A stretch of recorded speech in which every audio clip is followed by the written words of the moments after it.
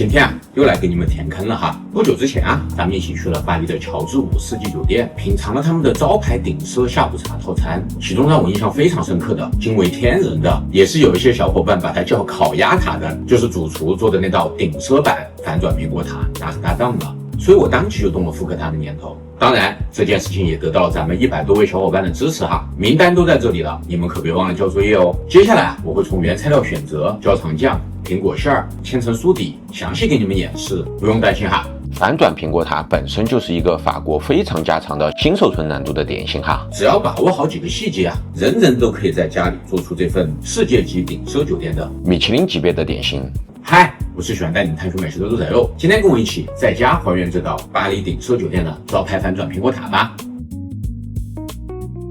反轉蘋果塔的核心風味說白了其實就3個東西：焦糖、蘋果、黃油。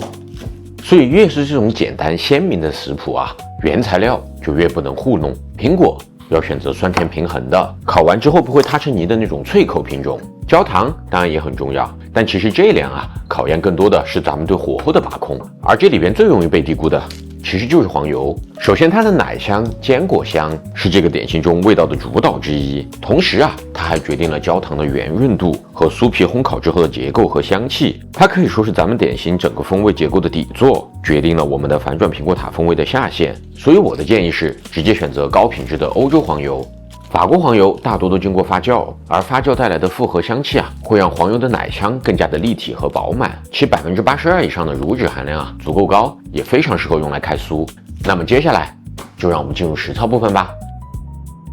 第一步，我們來做焦糖醬。糖熬到琥珀色之後，關火加入冷黃油。這個時候大家要小心，它會劇烈冒泡，同時你會聞到明顯的奶香和焦糖香混在一起。高品質的黄油在這個時候就顯得特別重要了。它不只是讓焦糖醬變得油潤，還會把焦糖那種尖銳的苦味給圓回來，最終形成迷人的太妃糖焦糖奶油的香氣。如果你用的是無鹽黃油，那麼我們可以加一小撮鹽，最後再加一點香草莢，還可以讓焦糖醬的味道層次更加的豐富。接下來是蘋果。這裡要記住一個反轉的邏輯，我們最後是要把它倒扣過來的，所以現在你看到的底部就是最後成品的正面，也就是說蘋果片的花朵造型咱們要朝下擺。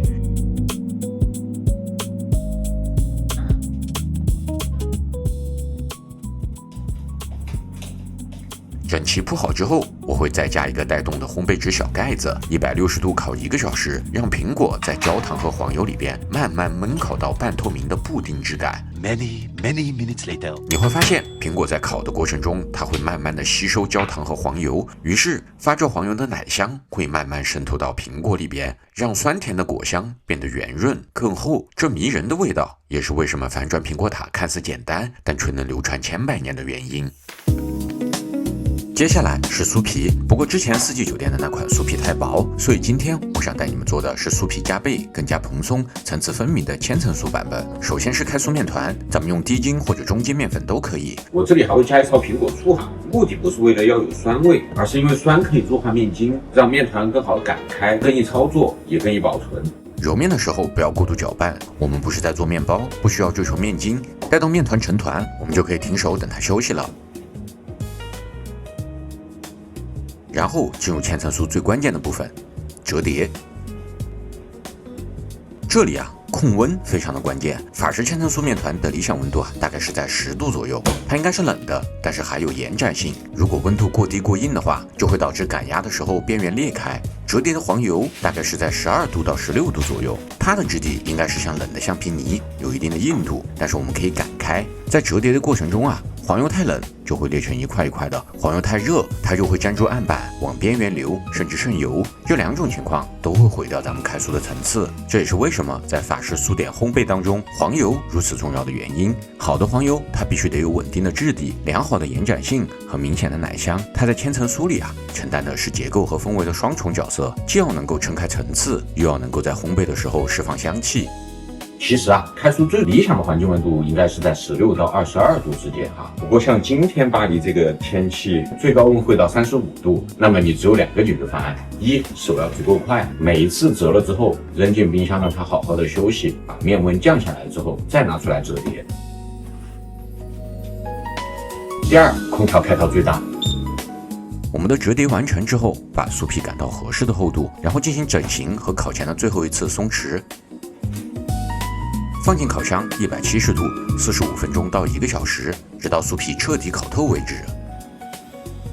到了這一步啊，整個廚房就應該已經很香很香了。蘋果的焦糖香，酥皮的黃油香，還有一點香草味，會非常接近你在烘焙店門口那種被饞哭的時候聞到的香味。等我們的蘋果絲完全冷卻定型之後，我們把預烤好的酥皮放在上面，均勻撒上糖粉，再進行最後的上色，220度烤10分鐘即可。當金黃蓬鬆的酥皮被塗抹上焦糖色之後，我們的反轉蘋果塔就差最後一步，反轉了。這一步啊，非常有儀式感，因為你前面的所有耐心都會在這一刻得到兌現。取出的蘋果塔應該是帶着琥珀色的焦糖光澤，半透明，散發着焦糖、黃油和蘋果的香氣，蓬鬆金黃，層次清晰，爆發着黃油香的酥皮啊，則在下面托底，靜待着它被切開的那一刻。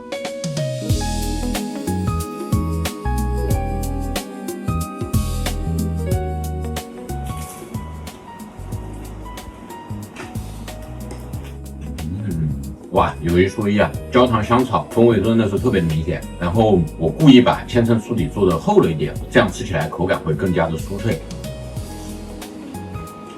唯一的缺點哈，就是在巴黎今天這樣35度的天氣做這個蘋果塔實在是太難了。還是那句話，要做到好的開酥，首先是要選到高品質的乳脂含量82%以上的歐洲黃油，它延展性好，易操作，不容易斷裂。其次哈，溫度一定是最關鍵的東西，這樣這家開酥的成功率啊會高非常非常多。好啦，現在就等着你們在評論區交作業嘍。如果你還喜歡這期視頻的話，請記得一定要幫我點讚、轉發、投幣、收藏、一鍵3連。如果你還想跟我一起去自助更多的美食，那麼請你一定要記得關注和訂閱我的頻道。那麼咱們這期視頻就先這樣，下期視頻再見 ，Peace out。